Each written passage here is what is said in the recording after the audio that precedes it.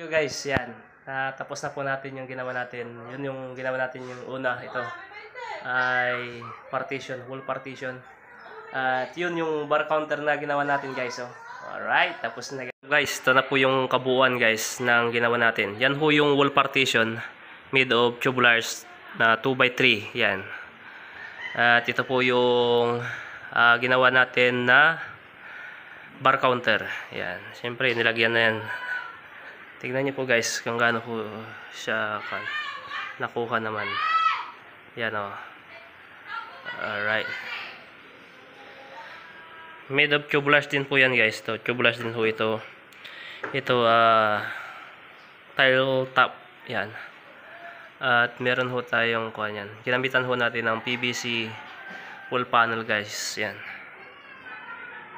Palibot. Yan ho yung sa harap niya guys. Oh. Yan yung kabuuan. Hindi siya makita.